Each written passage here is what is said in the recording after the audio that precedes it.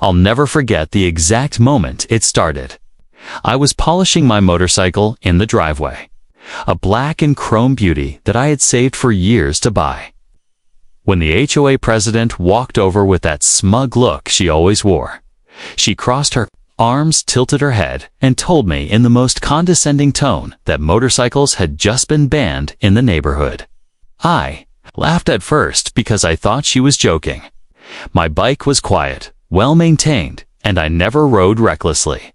In fact, a few of the neighbors loved to watch me roll out on Saturday mornings because it was part of the weekend rhythm. But the HOA president, who I'll call Karen because she fit the name perfectly, wasn't smiling.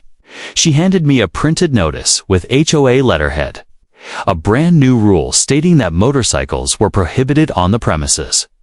I felt my stomach drop. The bike wasn't just transportation for me, it was therapy. After long weeks of work, I'd ride out to the open roads, clear my head, and come home recharged. Now, Karen was threatening to take that away just because she thought motorcycles didn't fit the neighborhood image. She claimed they were noisy, dangerous, and attracted the wrong kind of people. None of that was true, and I knew it. I asked her where this rule came from. She said the HOA board had voted on it in a closed meeting. I asked why I hadn't been invited or notified before such a drastic change. She smirked and told me not all homeowners needed to be involved in every little decision. That smirk made my blood boil, but I held my tongue. I figured this was just another one of her power plays, and maybe if I stayed calm, I could reason with her. That night, I brought the notice inside and showed it to my wife. She was furious. We had worked hard for this home, paid our dues on time, followed all the HOA guidelines, and now they were just inventing rules to control us. She said I should fight it, but I wasn't sure how. The HOA was notorious for twisting rules and ganging up on anyone who resisted. Still, I wasn't about to roll over. The next day, I sent an email to the HOA board requesting a meeting. I wrote out how unfair and arbitrary this new rule was, pointing out that no one had been consulted. I also mentioned that I'd never received a single complaint about my motorcycle. Before, a week later, I got a response, short and cold. My appeal had been denied, but that wasn't all. They slapped me with a warning fine, claiming that my motorcycle being parked in the driveway was now a violation. I couldn't believe it. First they banned it. Now they were fining me for something that had been perfectly fine a week earlier. It felt like a setup. The next weekend, I decided to test the waters. I parked my motorcycle in the garage, hidden from view. But when I went out for a ride, Karen herself came storming down the street as if she had been waiting. She stood in the middle of the road, waving her arms, trying to stop me like she was a traffic cop. I slowed down but didn't stop, and the look on her face was priceless as I rode right past. That was the beginning of the war. Every ride became an act of defiance. Every letter I received from the HOA mailbox was another threat. They sent me escalating fines, warnings of towing, and even hinted at possible legal action if I didn't comply with community standards. It was laughable, but it was also exhausting. One night, after yet another argument with my wife about what to do, I sat outside in the driveway, staring at my bike. That's when I noticed something interesting. Across the street, standing in his yard, was Karen's husband. He was watching me polish the bike with this look on his face that said everything. It wasn't anger, it wasn't disapproval. It was envy. He was fascinated by the bike. His eyes followed every detail. The gleam of the chrome, the roar of the engine when I fired it up. And for a split second, I saw him smile before Karen came outside and barked something at him, dragging him back inside. That's when it clicked. Karen might have hated motorcycles, but her husband clearly didn't. And the more she tried to flex her authority, the more obvious it became that her crusade against me wasn't about safety or noise. It was about control. And that was the moment. I started to form the plan that would turn everything upside down. The plan started small. I wasn't going to fight Karen head-on anymore. She thrived on confrontation. Every time I tried to reason with her, she twisted my words, exaggerated my actions, and used the HOA board to back herself up, fighting fire. With fire wasn't going to work. Instead, I needed patience, subtlety, and a little bit of irony. Over the next few weeks, I made sure to be on my best behavior. I kept the bike out of sight most of the time, riding only when I knew Karen wasn't home or late in the evenings when she was too busy hosting one of her HOA strategy sessions with her loyal board members. From the outside, it looked like I had surrendered. No more arguments, no more confrontations, no angry emails. Just silence. But what Karen didn't realize was that during this quiet period, I was paying attention. I started talking more with the neighbors, especially the ones who seemed tired of her constant power plays. Slowly, I learned I wasn't the only one on her bad side. She had fined one couple for improperly colored garden gnomes. Another family got a violation notice for leaving their trash cans out for longer than 6 minutes past collection.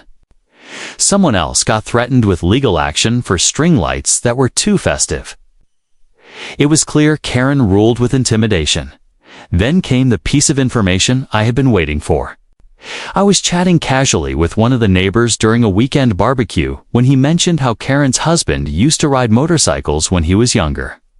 Apparently, he had sold his last bike when they moved into the neighborhood because Karen didn't approve. According to the neighbor, he still talked about it sometimes, almost wistfully. That was the confirmation I needed. I wasn't imagining it. Karen's husband truly missed that part of his life. And I realized something that made me smile.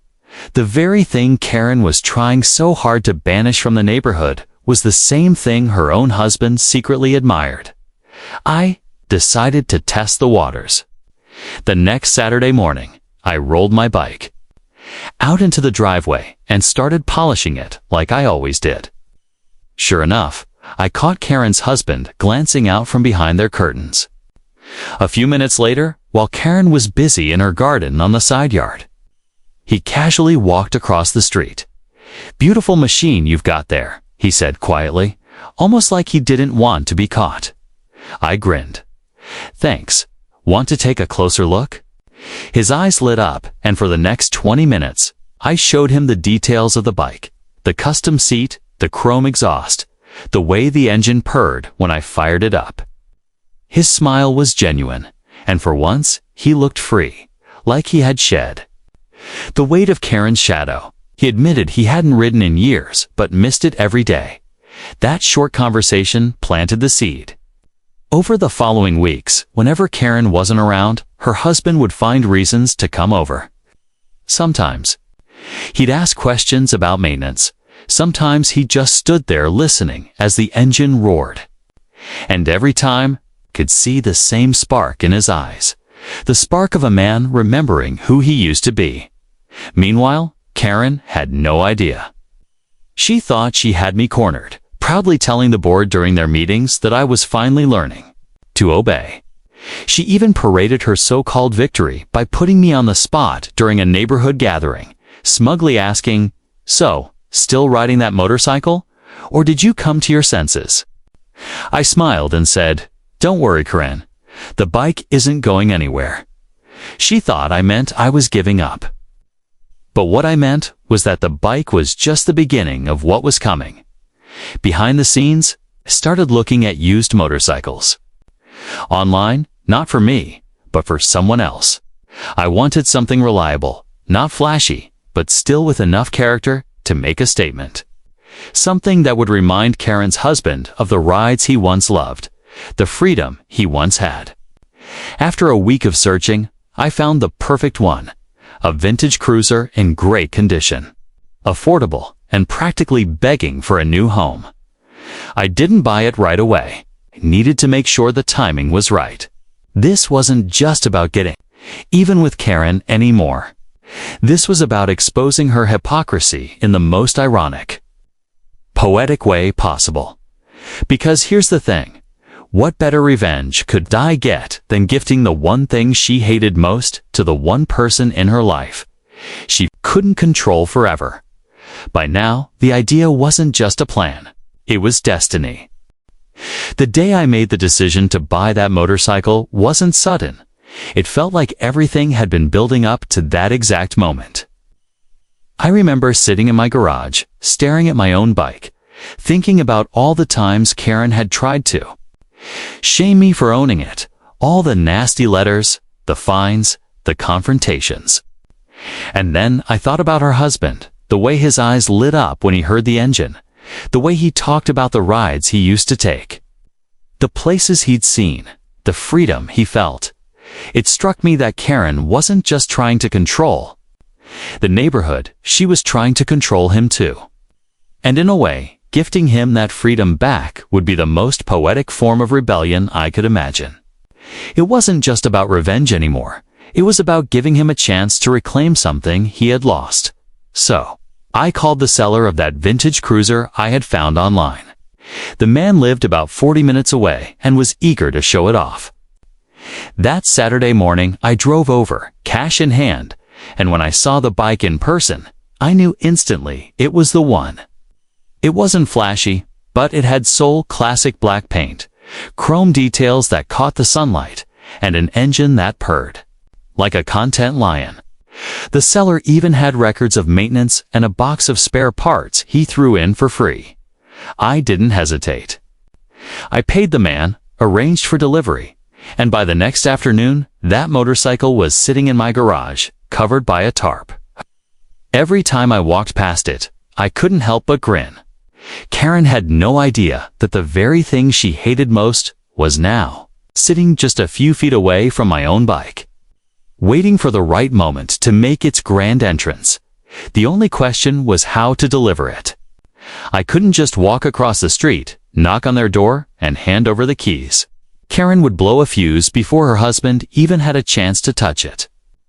No, this had to be subtle, perfectly timed, and above all, undeniable.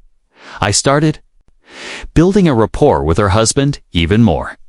Every few days, when Karen was out micromanaging the neighborhood, usually scolding someone for a lawn ornament or measuring fence heights with a tape measure, he would wander over. Sometimes we'd sit in lawn chairs, sipping coffee while I worked on my bike. Sometimes he'd tell me stories about his younger days, long rides through the mountains, road trips with friends, even a cross-country journey he once took before. Marriage tied him down. The more he talked, the more I realized just how much he missed it. And every story made me more certain that I had made the right choice. Finally, one evening, after Karen left for another one of her HOA emergency meetings, I decided it was time. I motioned for him to come into my garage. He looked curious, almost cautious, like he was sneaking out of class. I pulled back the tarp slowly, revealing the cruiser sitting there, gleaming under the garage light. For a moment, he just stared, silent. Then, like a kid on Christmas morning, he whispered, "You didn't?" "I did," I said, tossing him the keys. "She can ban me all she wants, but she can't stop you. This one's yours." His jaw dropped. He caught the keys, turning them over in his hand like they were made of gold.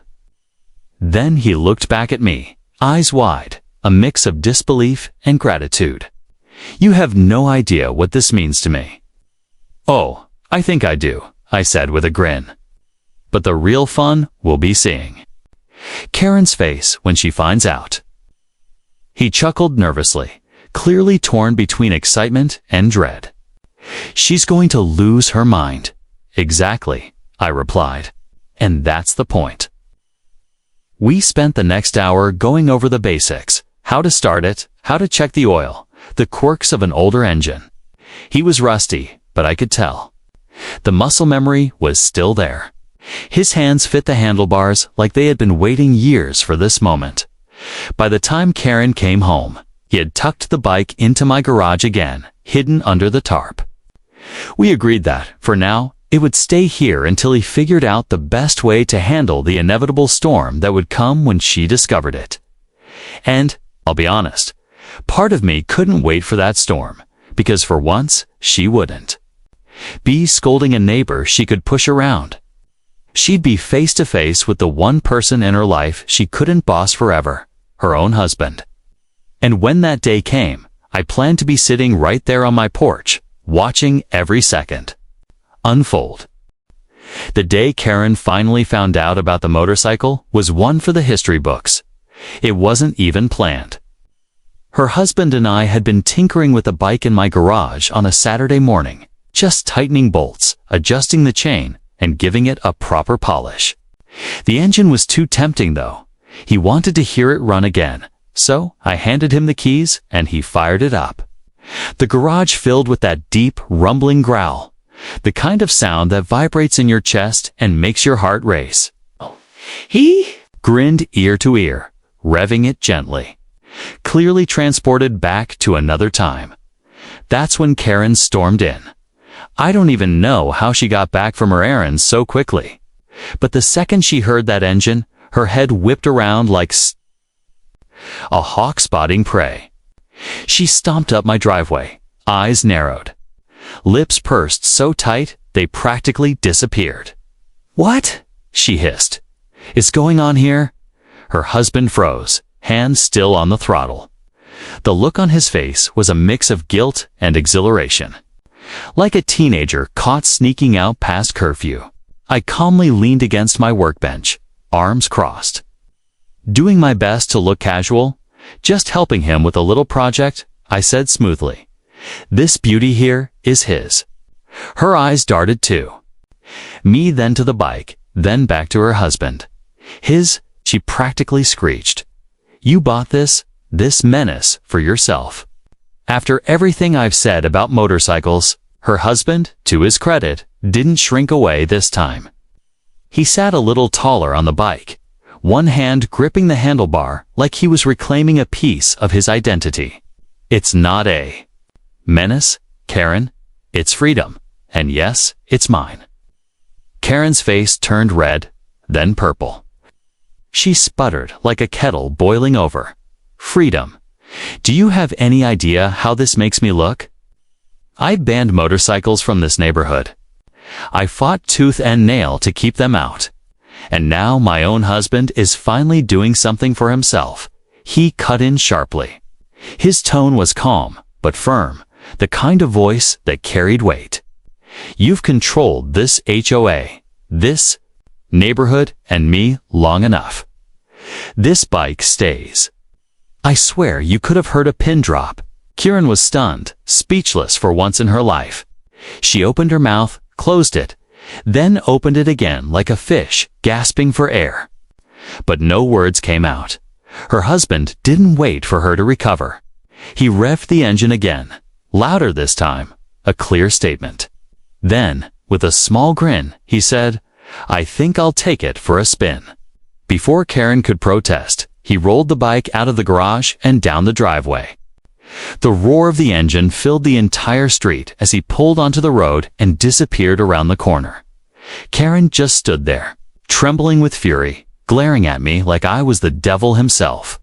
"This is your fault," she snapped. "Maybe," I replied, unfazed.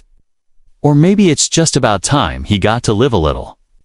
She stormed off without another word, slamming her front door so hard it rattled the windows. The next few weeks were pure entertainment. Every time her husband rode around the block, Karen would seethe on the porch, arms crossed, fuming like a volcano ready to blow. But no matter how many nasty looks she gave me, no matter how many times she tried to shout at him, he ignored her. He was happier than I'd ever seen him, lighter, freer, even standing taller. And here's the kicker. The neighbors loved it. They waved at him when he rode past. A few even came over to check out the bike, asking questions, sharing stories of their own rides back in the day. Suddenly, the HOA President's motorcycle ban looked more like a personal vendetta than a community rule. Karen's iron grip on the neighborhood was slipping, and everyone could see it. Karen tried everything she could to claw back control after her husband started riding the motorcycle. First, she drafted urgent letters to the HOA board demanding emergency meetings. Then she tried threatening fines, waving her clipboard like it was a sword of authority. But there was one major flaw in her crusade. Her husband. Every time she complained about the noise, her husband reminded her that the bylaws were never officially updated to outlaw motorcycles. She had only been bluffing with intimidation all along.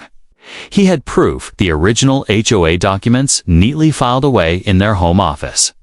When he produced them at the next meeting, the entire board stared at Karen in stunned silence. She'd been ruling through scare tactics, not law. The neighbors didn't just notice. They rebelled. Folks who had once bowed their heads when Karen barked orders began standing up straighter. One neighbor installed wind chimes just to spite her. Another painted his mailbox bright red. A family down the street bought a basketball hoop and dared her to say something. The neighborhood had woken up, and they weren't afraid anymore. The final blow came at the HOA's annual barbecue.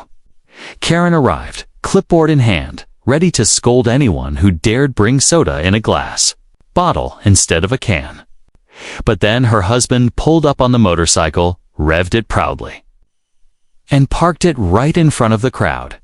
The neighbors erupted in cheers. Kids ran to see it.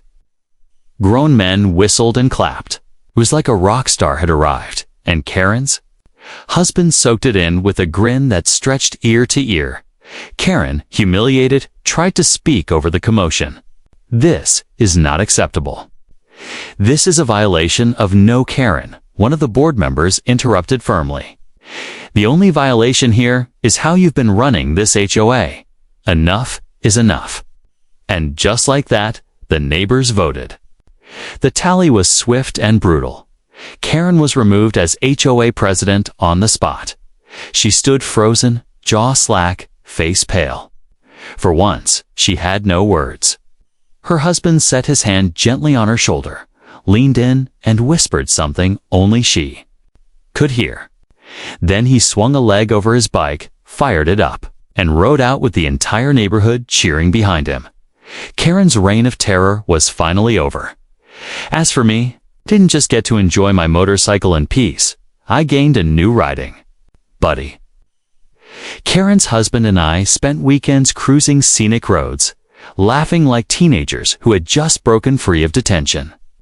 The HOA, under new leadership, loosened up and focused on actually helping the community instead of nitpicking. Life in the neighborhood finally felt normal again. And Karen, well, she kept a much lower profile. Every so often, I'd catch her peeking through the curtains, glaring as her husband and I rolled down the street, the sound of freedom echoing in the distance. So that's how a petty HOA president's ban backfired so spectacularly. She lost her crown, her control, and even her husband's obedience, all because she tried to outlaw motorcycles. Sometimes, standing your ground doesn't just give you peace. It inspires others to break free too. And in this case, the roar of a motorcycle wasn't just noise. It was the sound of a neighborhood waking up.